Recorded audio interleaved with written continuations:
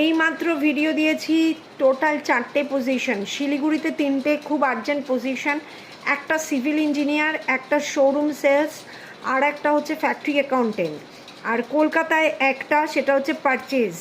Please CV পাঠাও তোমরা সবাই, প্রত্যেকে কলকাতা, প্রত্যেকটা স্যালারি রেঞ্জ বলা আছে, প্রত্যেকটা সব কিছু বলা আছে। খুব তাড়াতাড়ি আর্জেন্টলি আমার কাছে যেন সিভি আসে।